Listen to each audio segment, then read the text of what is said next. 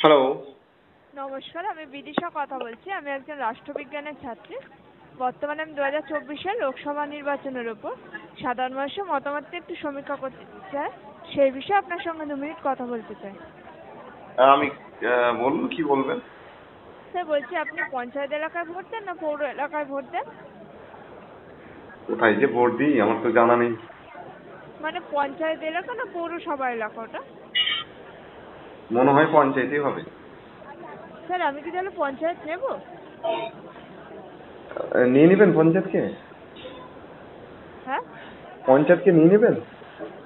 না, আমি বলছি মানে পঞ্চায়েত এলাকায় সিলেক্ট করবো না পৌর এলাকাটা সিলেক্ট করবো, সেটাই বলছি। ওই সিলেক্ট করলে আমার কি হবে?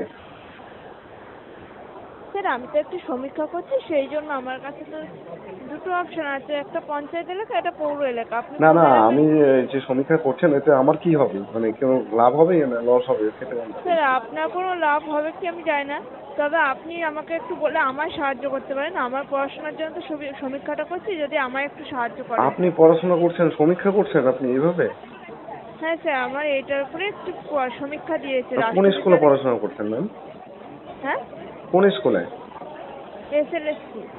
কি মানে এইচএস দেবেন না মাধ্যমিক দেবেন? HS। এইচএস দেবেন? হুম। তো বই পড়লেই হয়, সমীক্ষা করার কি দরকার? স্যার, স্কুল থেকে এটা দিয়েছে স্যার, এটা তো আমরা আর কিছু করতে পারি না। এগুলো কি স্কুল থেকে করাচ্ছে? হ্যাঁ।